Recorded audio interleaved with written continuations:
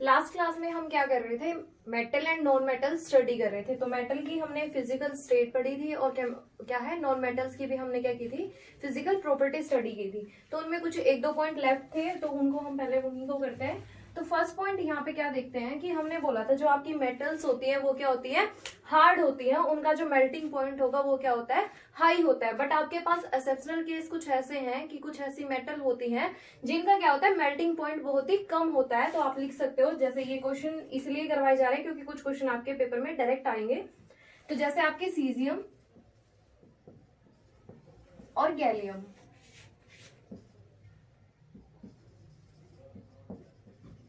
ये जो दो मेटल्स हैं, दोनों मेटल क्या होती हैं, बहुत ही मतलब क्या होती है, ये इनका मेल्टिंग पॉइंट बहुत ही कम होता है। और जैसे ही आप इनको अपने पाम या फिर हथेली में रखते हो तो ये क्या हो जाती है, मेल्ट होना स्टार्ट हो जाती है।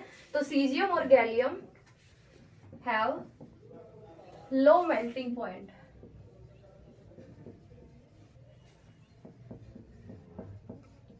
ठीक है, तो आपको ये लर्न करना है कि आपकी क्वेश्चन पूछा जा सकता है कि write down the metals which have low melting point.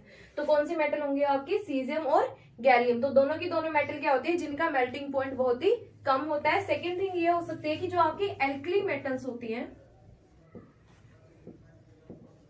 जब हम पीरियोडिक टेबल करेंगे वहां पे एल्कली एल्कलाइन ट्रांजिशन मेटल्स, उनके बारे में बहुत अच्छे से स्टडी करेंगे। तो अभी आप बस इतना ही देख लो, जो आपकी एल्कली मेटल्स होती हैं, एल्कली मेटल्स जैसे आपके पास सोडियम है, पोटेशियम है, ठीक है, ये जो मेटल्स होती है बहुत ही सॉफ्ट होती है। और सॉफ्ट है तो आप इनको क्या कर सकते हो, इजिली अपने नाइफ से क्या कर सकते हो, कट कर सकते हो। तो यहाँ पे ये बात लिखी जा सकती है। तो जो एल्कली मेटल्स हैव, या फिर जो सोडियम और पोटेशियम आपकी मेटल्स हैं, आर सो सॉफ्ट। नॉर्मली हमने क्या बोला था, जो आपकी मेटल्स होती है उनका मेल्टिंग पॉइंट बहुत ही हाई होता है। और मेल्टिंग पॉइंट हाई है मतलब वो क्या थी, सॉलिड फॉर्म में थी। बट ये क्या होती है तो सॉलिड ही, बट क्या होती है आपकी, बहुत ही सॉफ्ट होती है। और सॉफ्ट है तो आप इनको क्या कर सकते हो, इजिली अपने नाइफ से कट कर सकते हो। और सेकेंड थिंग ये बोल सकते हो, इनका भी जो आपका मेल्टिंग पॉइंट होगा वो भी क्या होगा, बहुत ही लो होगा। तो यहाँ लिख सकते हैं alkali metals are so soft so they can be cut by knife. ठीक है, तो आप उनको इजिली क्या कर सकते हो, अपने नाइफ से कट कर सकते हो। तो आपकी जो मेटल्स की प्रॉपर्टी थी, इनमें से बस आपकी दो ही प्रॉपर्टी क्या थी, लेफ्ट थी। अब हम बात करते हैं नॉन मेटल से रिलेटेड। हमने स्टडी किया था कि जो आपकी नॉन मेटल्स होती है वो क्या होती है, नॉन लस्टर्स होती है, मतलब वो चमकीली नहीं होती। बट यहाँ पे भी क्या होता है, एक आपका एक्सेप्शनल केस होता है।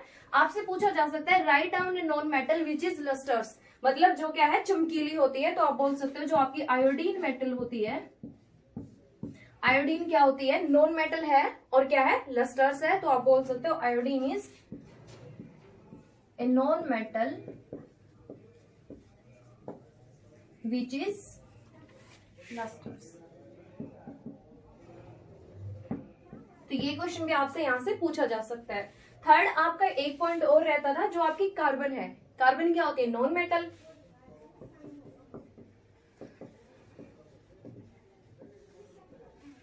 अब यहाँ पे कार्बन देखो, आपने कार्बन की डिफरेंट फॉर्म स्टडी की होंगी। हमने बोला था जो आपका ग्रेफाइट होता है वो क्या करता है, इलेक्ट्रिसिटी को अच्छे से कंडक्ट करता है। नॉर्मली आपकी प्रॉपर्टी क्या थी कि जो आपकी मेटल्स होती है वो इलेक्ट्रिसिटी कंडक्ट करती है, बट जो आपकी नॉन मेटल्स होती है वो इलेक्ट्रिसिटी कंडक्ट नहीं करती। बट वहां पे एक्सेप्शनल केस क्या था कि जो आपकी ग्रेफाइट है वो क्या करते हैं, इलेक्ट्रिसिटी को इजिली कंडक्ट करते हैं। हमने लास्ट क्लास में अच्छे से स्टडी किया था कि ग्रेफाइट क्या करेगी, इलेक्ट्रिसिटी को कंडक्ट करती है। बट यहाँ पे हमने डायमंड भी आपने सुना होगा, जो आपका डायमंड होता है वो भी क्या होती है, कार्बन की एक फॉर्म ही है। तो देखो यहाँ पे जो आपका ग्रेफाइट है और जो डायमंड है, दोनों की दोनों क्या है, बिल्कुल सॉलिड फॉर्म में होती है, मतलब हार्ड होती है, या सॉलिड बोल सकते हो आप, दोनों हार्ड होती है। ठीक है, बस ये डिफरेंस हो सकता है कि कोई ज्यादा हार्ड है, कोई थोड़ी सी कम हार्ड है, या फिर थोड़ी सी सॉफ्ट है। तो देखो दोनों की दोनों आपकी सॉलिड फॉर्म में प्रेजेंट है। और आपकी जो नॉन मेटल्स होती है वो सॉलिड नहीं होती। नॉर्मली यही पढ़ा है ना हमने, मोस्टली आपकी जो मेटल्स होती है वो हार्ड नहीं होती। तो देखो जो आपकी नॉन मेटल है, अब हमने स्टडी किया है कि वो हार्ड नहीं होती। अगर हार्ड नहीं है, और ग्रेफाइट को क्या बोला था कि वो इलेक्ट्रिसिटी को कंडक्ट करती है, सारी की सारी फॉर्म क्या है, कार्बन की ही है। ग्रेफाइट भी कार्बन की फॉर्म है और डायमंड भी कार्बन की फॉर्म है। तो यहाँ से एक क्वेश्चन अराइज होता है, जब आपका कोई भी केमिकल एलिमेंट उसकी अगर नेचर में डिफरेंट डिफरेंट फॉर्म्स एग्जिस्ट करती है तो उन्हें हम क्या बोलते हैं, एलोट्रोप्स। तो यही लिखते हैं हम, एलोट्रोप्स क्या होते हैं। सबसे पहले हम डेफिनेशन करेंगे, और यहाँ पे कार्बन की क्या होती है, कई सारे आपके एलोट्रोप्स होते हैं, बट आपके सिलेबस में सिर्फ 2 ही मेंशन है। अभी आप छोटे क्लास में हो तो 2 ही मेंशन है, ग्रेफाइट और डायमंड। तो हम इन दोनों को ही स्टडी करेंगे। तो यहाँ एक बार इसी को करते हैं, विच इज लस्टर्स। तो देखो एलोट्रोप्स की बात करते हैं, डेफिनेशन लिखते हैं सबसे पहले, विच हैव, या फिर केमिकल सब्सटेंस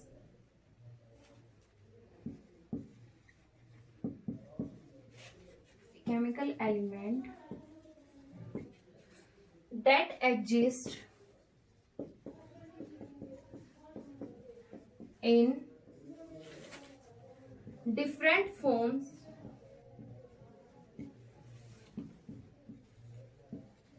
ठीक है। तो देखो a chemical element that exist in different form.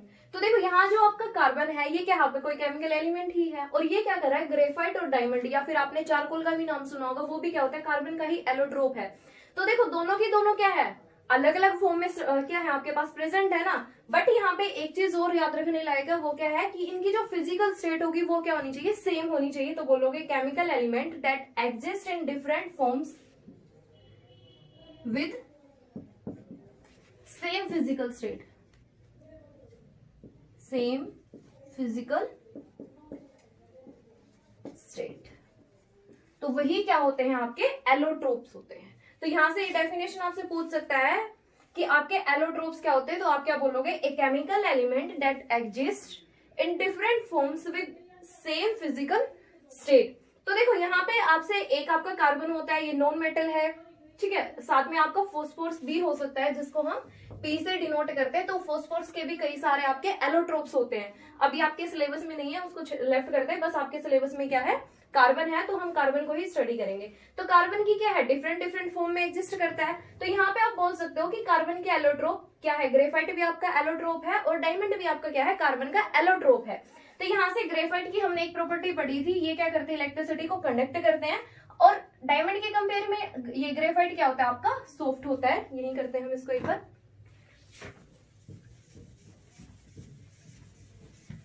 तो देखो जो आपका ग्रेफाइट होगा उसे आप क्या बोल सकते हो, सॉफ्ट, और साथ में क्या करता है, जो इलेक्ट्रिसिटी को कंडक्ट करता है, कंडक्ट इलेक्ट्रिसिटी। कल हमने बस ग्रेफाइट के से रिलेटेड ही स्टडी की थी, तो आज हम क्या करेंगे, एक बस डायमंड की बात भी करेंगे। तो देखो ये सारे के सारे एक्सेप्शनल केस ही हैं, किसके हैं, नॉन मेटल्स के। क्योंकि जो आपकी नॉन मेटल्स होती है वो क्या करती है, इलेक्ट्रिसिटी को कंडक्ट नहीं करती, बट ग्रेफाइट क्या करता है, इलेक्ट्रिसिटी को कंडक्ट करता है। डायमंड क्या होता है, सॉलिड फॉर्म में प्रेजेंट होता है, और अगर ये सॉलिड है तो इसका मेल्टिंग पॉइंट और बॉइलिंग पॉइंट, और ये मेल्टिंग पॉइंट क्या होगा, इसका हाई होगा। तो लिख सकते हो diamond is another form of carbon. अगर आपको लिखना तो लिख सकते हो, मैं आराम आराम से बोल रही हूँ। Diamond is another form of carbon which is solid and have high melting point. High आएगा यहाँ पे, हाइट नहीं आएगा, हैविंग हाई मेल्टिंग पॉइंट। और यहाँ अगर हम बात करेंगे तो ग्रेफाइट क्या होता है, graphite is another form of carbon, या फिर ये बोल सकते हो graphite is allotrope of carbon which is soft, या फिर हैविंग लो मेल्टिंग पॉइंट, और ये क्या करता है, which is good conductor of electricity. तो ये हमने कल कर लिया था, तो इसको हम स्पीड में भी कर सकते हैं। और ये मैंने आपको डेफिनेशन या फिर लिखवा दिया, अगर आपको कॉपी में नोट करना है तो आप इसको कर सकते हो। आगे करते हैं, अभी हम क्या करेंगे, इनकी केमिकल प्रॉपर्टी स्टडी करेंगे। जो आपकी मेटल्स होती है वो केमिकल के साथ कैसे रिएक्ट करते हैं, या फिर आपको क्या देंगे, वही करेंगे। अब स्टडी करते हैं chemical properties, chemical properties of metals. ठीक है, तो हम क्या करते हैं, केमिकल प्रॉपर्टी स्टडी करते हैं मेटल्स की। तो फर्स्ट देखते हैं व्हाट हैपन देखो केमिकल प्रॉपर्टी में हम क्या करेंगे, अपनी मेटल्स को एयर की प्रेजेंस में रख के देखेंगे कि एयर के साथ तो क्या हुआ, कोई रिएक्शन करते हैं, वाटर के साथ रिएक्शन करके देखेंगे, उनको वाटर में डिसोल्व करते हैं, क्या कोई और रिएक्शन होती है, उनको एसिड के साथ रिएक्शन करवा के देखते हैं कि क्या कोई रिएक्शन होती है। तो देखो सबसे पहले हम क्या करेंगे, एयर के साथ रिएक्शन करवाते हैं। What happen when metals are burned with air या फिर बर्न इन एयर, आप कैसे भी लिख सकते हो। जब आप क्या करोगे, अपनी मेटल को बर्न करते हो इन प्रेजेंस ऑफ एयर, तो देखो एयर में आपके पास क्या होती है, ऑक्सीजन प्रेजेंस होती है, और ऑक्सीजन ही क्या करती है, बर्निंग प्रोसेस को बहुत ही फास्ट करती है। मतलब ऐसे बोल सकते हो, बर्निंग के लिए आपको ऑक्सीजन की ही रिक्वायरमेंट होती है। तो देखो जितनी भी आपकी मेटल्स होती है, almost all metals are react with oxygen. तो सारे की ऑलमोस्ट, आपकी ऑलमोस्ट, ठीक है, देखो ऑलमोस्ट बोला है, ऑल नहीं बोला। तो आपकी ऑलमोस्ट मेटल क्या होंगी, रिएक्शन करेंगी ऑक्सीजन के साथ। तो हम थोड़ी सी कुछ एक दो रिएक्शन करके देखते हैं। जैसे हम रिएक्शन करवाते हैं कॉपर की, ठीक है, मैंने क्या करवाया, कॉपर की रिएक्शन करवाई, किसके साथ, ऑक्सीजन के साथ। तो यहाँ क्या बनेगा, आपके पास कोई भी कॉपर ऑक्साइड बन जाएगा। तो पहले जनरल फॉर्म में लिखेंगे कि आपकी मेटल क्या करेगी, रिएक्शन करती है, मेटल, आपने अपनी मेटल की रिएक्शन किसके साथ करवाई, या इन प्रेजेंस ऑफ ऑक्सीजन, तो आपको क्या मिलेगा, कोई भी मेटल ऑक्साइड। तो ये आपकी बिल्कुल जनरल फॉर्म है। मेटल यहाँ कोई भी आपकी मेटल हो सकती है, ऑक्सीजन की प्रेजेंस में आपने उसको हीट किया तो क्या बनेगा आपके पास, मेटल ऑक्साइड। तो एग्जाम्पल के साथ करते हैं। एग्जाम्पल क्या ले सकते हो आप, कॉपर ले सकते हो। कॉपर की हमने किसके साथ रिएक्शन कराई, ऑक्सीजन के साथ। ऑक्सीजन क्या है, O2 फॉर्म, मतलब ऑक्सीजन को हम O2 के साथ लिखते हैं। तो यहाँ क्या आ जाएगा आपके पास, CuO। तो देखो अब ये रिएक्शन क्या है आपकी, बैलेंस नहीं है। चैप्टर नंबर 1 में आपने क्या किया था, रिएक्शन को बैलेंस करना सीखा था। तो आप इसको इजिली बैलेंस कर सकते हो। तो यहाँ क्या आ जाएगा 2, और यहाँ भी क्या आएगा आपका 2। तो आपकी रिएक्शन क्या हो जाएगी, बैलेंस हो जाएगी। तो यहाँ क्या बना आपका, कॉपर ऑक्साइड, ठीक है। सेकेंड आप एक और एग्जांपल कर सकते हो, जैसे एल्यूमिनियम की रिएक्शन करा सकते हो। आपने एल्यूमिनियम किसके साथ रिएक्ट करवाया, ऑक्सीजन के साथ। तो आपके पास क्या बनेगा, एल्यूमिनियम ऑक्साइड। तो ये क्या है आपका, एल्यूमिनियम ऑक्साइड, यही लिखते हैं साइड में, ऑक्साइड। तो देखो एल्यूमिनियम की रिएक्शन ऑक्सीजन के साथ कराई, आपको एल्यूमिनियम ऑक्साइड मिला। कॉपर की रिएक्शन ऑक्सीजन के साथ कराई, आपको कॉपर ऑक्साइड मिला। तो यहाँ से ये तो कंफर्म है, जब मेटल आपकी ऑक्सीजन के साथ रिएक्ट करेगी तो आपको मेटल ऑक्साइड मिलेगा। अब हमने फर्स्ट लेक्चर में जब हम यही कर रहे थे, मतलब मेटल और नॉन मेटल के फर्स्ट लेक्चर में हमने स्टडी किया था, जो आपकी मेटल्स होती है वो कैसे ऑक्साइड बनाती है, बेसिक ऑक्साइड बनाती है। पढ़ा था ना, ये हमने स्टडी किया था। यहाँ लिखते हैं थोड़ा सा, हमने स्टडी किया था कि जो आपकी मेटल्स होती हैं वो बेसिक ऑक्साइड बनाती हैं, और जो आपकी नॉन मेटल्स होती है वो आपकी एसिडिक ऑक्साइड फॉर्म करती हैं। तो देखो बेसिक ऑक्साइड फॉर्म करने का मीनिंग क्या है कि ये एसिड्स के साथ रिएक्ट करके आपको क्या देंगे, थोड़ा सा शॉर्ट में लिखेंगे, react with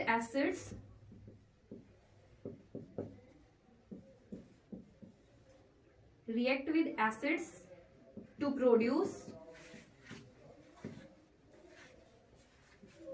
salt plus water, ठीक है। तो देखो बेसिक ऑक्साइड क्या होंगे, जब आप अपने जो भी आपका ऑक्साइड बना है, आपको पता है मेटल कैसे ऑक्साइड बनाती है, बेसिक ऑक्साइड बनाती है मेजरली। मेजर में बोलते हैं, एक्सेप्शनल आपको केमिस्ट्री में हर जगह मिलेंगे, ऐसा नहीं है ये जस्ट बेसिक ऑक्साइड ही फॉर्म करेगी, एसिड ऑक्साइड भी फॉर्म कर सकती है, दोनों भी फॉर्म कर सकती है। तो देखो अगर क्या कर रही है, आपने मेटल की ऑक्सीजन के साथ रिएक्शन कराई, रिएक्शन के बाद आपको जो ऑक्साइड मिल रहा है, हम मेजरली बात कर रहे हैं फिलहाल, तो वो क्या है आपका बेसिक ऑक्साइड है। और बेसिक ऑक्साइड होते क्या है, ये क्वेश्चन भी पूछा जा सकता है, what do you know about basic oxide. तो बेसिक ऑक्साइड क्या होते हैं, ऑक्साइड या फिर metal oxide which react with acids to produce salt plus water, जो क्या करे बस एसिड के साथ रिएक्शन करके आपको क्या देंगे, साल्ट और वाटर देंगे। अब नॉन मेटल्स में हमने स्टडी किया था, जब हम नॉन मेटल्स की रिएक्शन कराते हैं तो जो नॉन मेटल ऑक्साइड बनता है आपके पास, वो क्या होते हैं आपके एसिडिक इन नेचर है। तो बस यहाँ पे क्या हो जाएगा, फुल आपको एज इट इज रखना है। जब आप यहाँ पे एसिडिक ऑक्साइड करोगे तो वो क्या हो जाएगा, एसिडिक ऑक्साइड, या फिर लिख सकते हो non metal oxides which react with base, ठीक है। आपका बेसिक ऑक्साइड है तो एसिड के साथ रिएक्ट करेगा, आपका एसिडिक ऑक्साइड है तो बेस के साथ रिएक्ट करेगा। बस आपको क्या करना है, यहाँ पे बेस लिखना है, और उसके बाद क्या बनाएगा, वो भी आपके सोल्ट और वाटर ही फॉर्म करेगा। तो देखो अभी हम ये स्टडी क्यों कर रहे हैं, क्योंकि जो आपकी ऐसे कुछ आपके मेटल ऑक्साइड ऐसे होते हैं जो आपको क्या दे देते हैं, दोनों के दोनों मतलब उनका नेचर क्या होता है, बिल्कुल ऐसा नेचर होता है कि वो एसिड के साथ भी रिएक्शन कर जाते हैं और बेस के साथ भी रिएक्शन कर जाते हैं। आपने एसिड एंड बेस स्टडी किया होगा, वहां पे आपको मेरे को नहीं पता कि वहां पे आपका वाटर का कुछ एम्फोटेरिक नेचर आया है या नहीं आया, बट जो आपका वाटर क्या होता है, आपका एम्फोटेरिक इन नेचर होता है। एम्फोटेरिक इन नेचर का मीनिंग क्या होता है कि वाटर को अगर आप एसिड के साथ रिएक्शन कराओगे तो वो रिएक्शन कर लेगा, अगर आप उसको बेस के साथ रिएक्ट कराओगे तो वो बेस के साथ भी रिएक्शन कर लेता है। तो कोई भी अगर एक मतलब जिसका नेचर क्या है, जो दोनों के साथ रिएक्शन कर ले, ठीक है, तो उसे हम क्या बोलते हैं, एम्फोटेरिक। तो सेम ऐसे ही आपके पास जब आप इनकी रिएक्शन कराते हो तो आपके पास कुछ ऐसे ऑक्साइड बनते हैं जो acid as well as base मतलब दोनों के साथ रिएक्शन करेंगे। अगर दोनों के साथ रिएक्शन कर रहे हैं तो हम उन्हें क्या बोल देंगे, अगर वो आपका क्या है, वाटर है, तो हमने बोल दिया था उसका एम्फोटेरिक नेचर है, तो यहाँ पे हम उनको क्या बोल देंगे, वो आपके एम्फोटेरिक ऑक्साइड होंगे। तो सबसे पहले हम डेफिनेशन लिखते हैं एम्फोटेरिक ऑक्साइड। एम्फोटेरिक ऑक्साइड, तो ये क्वेश्चन भी आपसे पूछा जा सकता है कि एम्फोटेरिक ऑक्साइड्स की डेफिनेशन बताओ या फिर एम्फोटेरिक ऑक्साइड क्या होते हैं। तो लिख सकते हो मेटल ऑक्साइड्स या फिर ऑक्साइड लिखेंगे, क्योंकि ऑक्साइड ये जो आपके एम्फोटेरिक नेचर है, मेटल और नॉन मेटल दोनों शो कर सकती हैं, तो हम जस्ट ये लिखेंगे ऑक्साइड्स विच कैन रिएक्ट या फिर which react both acid as well as base to produce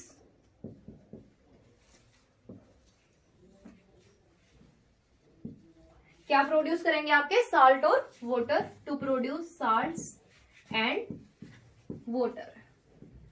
तो देखो अभी आपने स्टडी किया एम्फोटेरिक ऑक्साइड क्या होंगे, oxides which can react both acids as well as bases. तो देखो जो एसिड और बेस दोनों के साथ रिएक्ट करेंगे और रिएक्ट करने के बाद आपको क्या देंगे, साल्ट देंगे और साथ के साथ आपको क्या देंगे, वाटर देंगे। उन्हीं को हमने क्या बोला, वो आपके एम्फोटेरिक ऑक्साइड होंगे। तो देखो जो ये आपका क्या है Al2O3 मतलब जो आपका एल्यूमिनियम ऑक्साइड बना था, ये क्या होता है, एम्फोटेरिक इन नेचर होता है। एम्फोटेरिक इन नेचर का मीनिंग क्या है, जब आप एल्यूमिनियम ऑक्साइड की एसिड के साथ और बेस के साथ रिएक्शन कराओगे तो ये दोनों के साथ रिएक्शन करके आपको साल्ट और वाटर दोनों चीज देता है। तो यहाँ हम बोल सकते हैं जो आपका Al2O3 है वो क्या है, एम्फोटेरिक इन नेचर है। तो एग्जाम्पल में हम यही लिख सकते हैं Al2O3 या फिर एल्यूमिनियम ऑक्साइड। आपको और भी कुछ आपके एक दो और एग्जाम्पल हो सकते हैं, तो वो सारे क्या होंगे, आपके एम्फोटेरिक इन नेचर है। तो देखो अभी हम इनकी क्या करेंगे, रिएक्शन करा के देखते हैं। Al2O3 क्या है, ये आपका एम्फोटेरिक ऑक्साइड है, तो आप इसकी क्या कराओगे, पहले एसिड के साथ रिएक्शन कराते हो। HCl क्या है, यहाँ पे आपका एसिड है। तो जैसे ही आपने इसकी एसिड के साथ रिएक्शन कराई तो इसने क्या दिया, आपको साल्ट फॉर्मेशन दी AlCl3 प्लस साथ में क्या निकला आपके पास, वाटर। ठीक है, जैसे ही आपने एल्यूमिनियम ऑक्साइड की रिएक्शन किसके साथ कराई, एसिड के साथ रिएक्शन कराई, तो आपको AlCl3 प्लस वाटर मिला। तो यहाँ पे ये क्या फॉर्म हुआ है आपके पास, सोल्ट। ठीक है, सेम ऐसे ही अगर मैं एल्यूमिनियम ऑक्साइड की रिएक्शन किसके साथ कराऊं, बेस के साथ। अब बेस क्या ले सकते हो आप, कोई भी बेस ले सकते हो, जैसे NaOH ले सकते हो। NaOH क्या होता है आपका, बेस होता है, सोडियम हाइड्रोक्साइड इसका नाम होता है, और HCl क्या होता है आपका, हाइड्रोक्लोरिक एसिड होता है। तो देखो इसकी रिएक्शन मैंने जब कराई तो यहां से आपको क्या मिलेगा, NaAlO2, और ये क्या होता है, ये भी आपका साल्ट ही होता है। अगर आपको इसका नाम लिखना है तो ये क्या हो जाएगा, Na होती है आपकी सोडियम, तो यहां लिख सकते हो सोडियम एल्यूमिनेट, सोडियम एल्यूमिनेट, और साथ में आपको क्या मिलेगा, वाटर। तो देखो यहां से हमने एकदम से नहीं बोला कि आपका जो एल्यूमिनियम ऑक्साइड होगा वो एसिड और बेस के साथ रिएक्शन करेगा। हमारे जितने भी ऑक्साइड बनते हैं हम उनको क्या करते हैं, स्टेप वाइज, एक बार एसिड के साथ रिएक्शन करा के देखते हैं, एक बार बेस के साथ रिएक्शन करा के देखते हैं। जब हमने इनको किया तो हमने नोट किया कि जो आपकी मेटल्स होती है मेजरली किसके साथ रिएक्शन करती है, एसिड के साथ रिएक्शन करती है, क्योंकि वो आपके जो ऑक्साइड बन रहे थे वो बेसिक ऑक्साइड थे। फिर हमारे पास क्या हुआ, कुछ ऐसे ऑक्साइड बने जो acid as well as base दोनों के साथ रिएक्ट कर रहे थे। अगर कोई दोनों के साथ रिएक्ट कर रहा है उसे हम क्या बोलते हैं, एम्फोटेरिक ऑक्साइड। अब एम्फोटेरिक ऑक्साइड की हमने डेफिनेशन कर ली, हमने Al2O3 एल्यूमिनियम ऑक्साइड उसकी एसिड और बेस दोनों के साथ रिएक्शन कराई, तो आपको क्या मिला, साल्ट और वाटर दोनों चीज मिली। तो अब देखो ये रिएक्शन आपकी बैलेंस नहीं है, होप आपको रिएक्शन बैलेंस करना अच्छे से आया होगा। तो हम यहाँ से क्या करेंगे, इसको डायरेक्ट ही करते हैं। तो देखो एल्यूमिनियम यहाँ 1 है, यहाँ 2 है, तो डायरेक्ट एक बार 2 से करेंगे। किया, यहाँ पे आपके Cl कितने हैं, 6 है, तो 6 कर देंगे। आपकी H2O 2 है, तो यहाँ क्या कर देंगे, 3 से करेंगे। 3O है आपके पास, 3 यहाँ है, आपकी रिएक्शन ये बैलेंस है। नेक्स्ट हम करते हैं इसको, तो यहाँ देखो आपके पास Na भी 1 ही है आपके पास, एल्यूमिनियम भी 1 है, बट यहाँ कितने 2 है, तो एक बार 2 से करेंगे इसको मल्टीप्लाई। 2 से किया तो यहाँ पे सोडियम भी 2 प्रेजेंट है, इसको भी 2 से कर दो। O4, ऑक्सीजन आपके पास 4 प्रेजेंट है और एक यहाँ है 5 है, यहाँ आपके पास 3 है और 2 यहाँ है, ये भी बैलेंस है। 2 आपके पास H2 है, 2 आपके पास H2 है, तो रिएक्शन आपकी क्या है, ये बैलेंस है। आगे हम करते हैं, तो देखो अभी जो आपके पास मेटल ऑक्साइड बने थे उनमें हमने क्या किया था, उनकी एम्फोटेरिक नेचर को स्टडी किया था। तो जो आपके मेटल ऑक्साइड है, फिर हमने क्या किया, उनको वाटर के साथ रिएक्ट करा के देखा कि जो आपके पास मेटल ऑक्साइड बना है उसको हमने वाटर में डिजोल्व करके देखा। कुछ क्या हो रहे थे, वाटर में डिजोल्व हो रहे थे, कुछ क्या थे, वाटर में डिजोल्व ही नहीं हो रहे थे। हम उन्हीं को देखते हैं। मोस्ट मेटल ऑक्साइड्स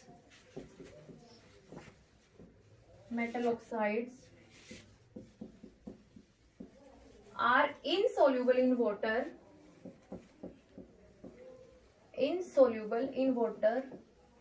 इनसोल्यूबल का मीनिंग होता है कि जो उसमें सोल्यूबल ना हो या फिर उसमें डिजोल्व ना हो रहे हो। तो most metal oxides are insoluble in water, but कुछ क्या थे, कुछ आपके वाटर में डिजोल्व हो रहे थे, बट सम मेटल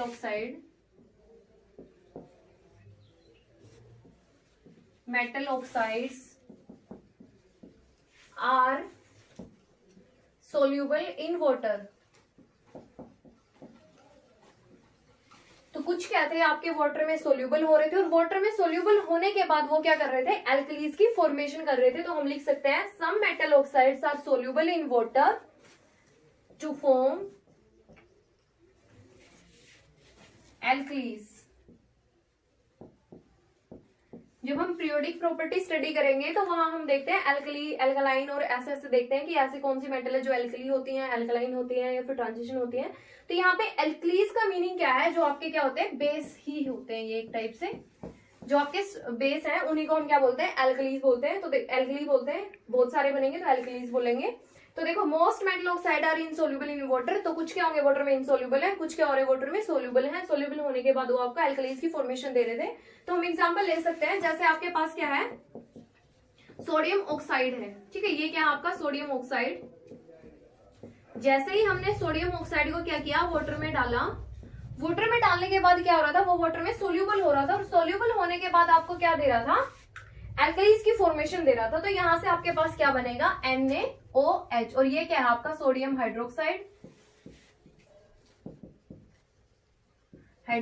जो कि क्या होता है, एक बेस ही है, बेस बोल सकते हो, या फिर क्या है, कोई आपका एल्कलाइन ही है, प्लस सॉरी क्या बनेगा आपके पास, सिर्फ NaOH। तो देखो यहां से आपके पास सोडियम के कितने 2 मोल प्रेजेंट है, और यहाँ क्या 1 है, हम इसको 2 से मल्टीप्लाई करके देखते हैं।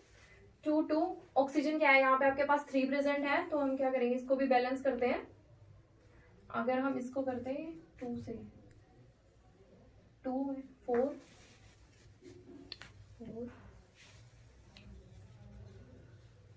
ठीक है। आप देखो ये आपकी रिएक्शन क्या है, बैलेंस ही है। 2Na2O आपने क्या किया, वाटर लिया, वाटर के साथ रिएक्शन कराई, तो आपके पास क्या बनेगा, सोडियम हाइड्रोक्साइड बनेगा। फर्दर हम क्या करते हैं, किसी और के साथ भी रिएक्शन करा के देखते हैं। जैसे हमने क्या लिया, पोटेशियम हाइड्रोक्साइड लिया, पोटेशियम को हम डिनोट करते हैं K से, हमने K2O, मतलब ये क्या है आपका potassium hydroxide, sorry potassium oxide. Potassium oxide की आपने किसके साथ रिएक्शन कराई, वाटर के साथ, हमने उसको वाटर में डाला। वाटर में डालने के बाद आपके पास क्या बना था, यहाँ भी आपके पास KOH की फॉर्मेशन हो रही थी, ठीक है। तो KOH की फॉर्मेशन हो रही है, मतलब यहाँ भी क्या बन रहा है, आपके पास बेस ही बन रहा है, बेस बन रहा है, तो यहाँ इसको बोल सकते हो पोटेशियम हाइड्रोक्साइड, और ये क्या है आपका एल्कलाइन ही है। तो देखो दोनों के दोनों ने क्या किया, मतलब जो आपका सोडियम ऑक्साइड बना था और जो आपके पास पोटेशियम ऑक्साइड बना था, जब हमने इनको वाटर में डिसोल्व करके देखा तो आपके पास क्या फॉर्मेशन हो रही थी, बेस की फॉर्मेशन हो रही थी। तो देखो आपके पास क्या बना है, आपके पास एक बेस यहाँ बना है और एक बेस क्या बना है आपके पास यहाँ बना है। देखो यहाँ क्या है, आपके पास ऑक्सीजन एक ही प्रेजेंट है, मैंने बाय मिस्टेक यहाँ पे 2 काउंट कर लिया था उसको, तो यहाँ क्या आएगा, सिंपल देखो 1 आपके पास O है और इधर क्या था, हम इसको दोबारा बैलेंस करके देखते हैं एक बार। तो देखो आपने क्या किया था, सोडियम ऑक्साइड की रिएक्शन कराई वाटर के साथ या फिर वाटर में डिसोल्व किया, डिसोल्व करने के बाद आपके पास बेस की फॉर्मेशन हुई थी। बेस की फॉर्मेशन के बाद अब ये रिएक्शन क्या है, बैलेंस नहीं है, हम इसको बैलेंस करेंगे। सोडियम कितने प्रेजेंट है आपके पास 2 और यहाँ कितने 1, तो हम इसको 2 से मल्टीप्लाई करके देखते हैं। तो देखो 2 सोडियम यहाँ 1 ऑक्सीजन है और 1 ऑक्सीजन ये है आपके रिएक्टेंट में, तो 2 ऑक्सीजन है, 2 यहाँ हो जाएंगे आपकी, हाइड्रोजन 2 है, 2 से मल्टीप्लाई किया क्योंकि 2 हाइड्रोजन यहाँ है और 2 हाइड्रोजन आपके पास यहाँ प्रेजेंट है। तो अब ये रिएक्शन बैलेंस है, बैलेंस पहले भी थी पर हम क्या करते हैं, पहले हम मिनिमम नंबर से अपनी रिएक्शन को बैलेंस करते हैं, तो बाय मिस्टेक यहाँ वो 2 काउंट हो गया था। तो देखो उसके बाद हमने इस रिएक्शन को बैलेंस करते हैं, तो यहाँ देखो आपके पास पोटेशियम 2 प्रेजेंट है, तो यहाँ क्या आ जाएगा आपके पास, 2 से मल्टीप्लाई करते हैं 2KOH। देखो 2 क्या है प्रेजेंट इधर है, 2 प्रेजेंट इधर है। उसके बाद ऑक्सीजन आपके पास 2 प्रेजेंट है, 2 यहाँ है, H आपके पास 2 यहाँ है और सेम 2 यहाँ आपके पास है। आपकी ये वाली रिएक्शन क्या है, बिल्कुल बैलेंस है। अब देखो हमने देखा कि कुछ मेटल ऑक्साइड तो क्या कर रहे थे, वाटर के साथ रिएक्शन कर रहे थे, कुछ आपके वाटर के साथ रिएक्शन कर ही नहीं रहे। तो यहाँ से क्या कंक्लूजन निकला है कि जो आपकी मेटल्स होती है उनकी क्या है, डिफरेंट डिफरेंट रिएक्टिविटीज है, कि आप उनको जब वाटर में डालते हो तो उनकी कुछ और रिएक्टिविटी होती है, एयर में डालते हो मतलब एयर के कॉन्टेक्ट में आते हैं तब उनकी कुछ और प्रॉपर्टी होती है।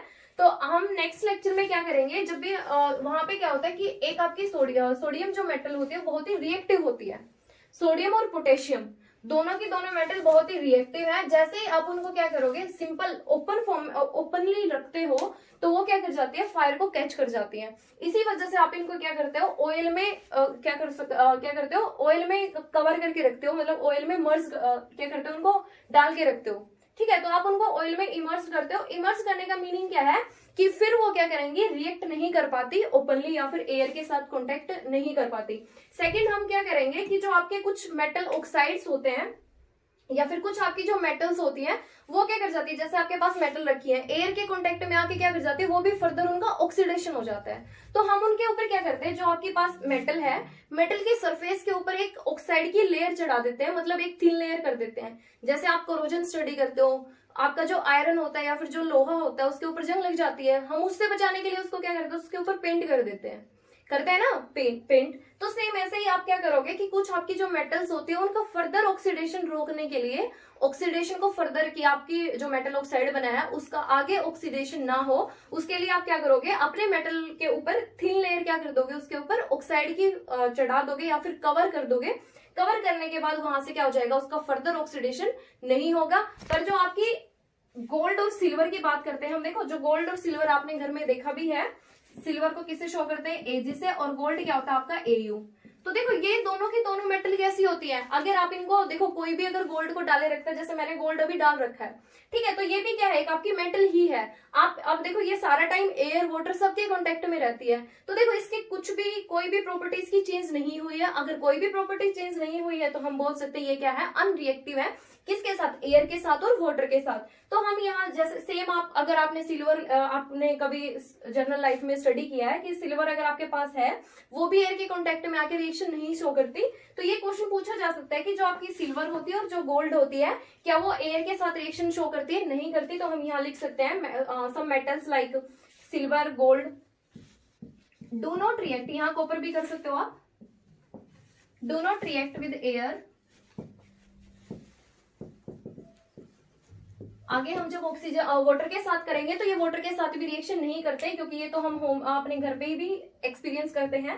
तो ये क्वेश्चन भी पूछा जा सकता है कि write down the metals which do not react with air. तो आपकी जितनी भी मेटल्स आप यूज करते हो, जैसे गोल्ड है या सिल्वर है, वो सारी की सारी क्या होती है, एयर की या फिर ऑक्सीजन के साथ कॉन्टेक्ट रिएक्ट नहीं करती। आप चाहे टेम्परेचर को इंक्रीज करो या ना करो, तो यहाँ लिख सकते हैं do not react with air at even at high pressure temperature, even at high temperature, मतलब आप अपने टेम्परेचर को इंक्रीज कर सकते हो या फिर डिक्रीज कर लो, कुछ भी कर लो, ये क्या करेंगे, वो एयर के साथ रिएक्शन नहीं करेंगे। जो हमारा नेक्स्ट लेक्चर होगा, नेक्स्ट लेक्चर में हम क्या करेंगे, अपने मेटल्स की रिएक्शन किसके साथ करा के देखेंगे, वाटर के साथ रिएक्शन